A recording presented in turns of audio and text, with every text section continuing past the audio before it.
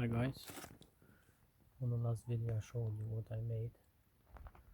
So this is what I made, the entrance for the bee. Just for winter purposes, just to stop the slugs going in, because it's wet and damp, and now they just try to find food, so they just go inside and they just mess up the honeycomb and everything. So what I did the entrance, and I just put it in, and I seen the bees coming in and out, so it's perfect for them. Thank you.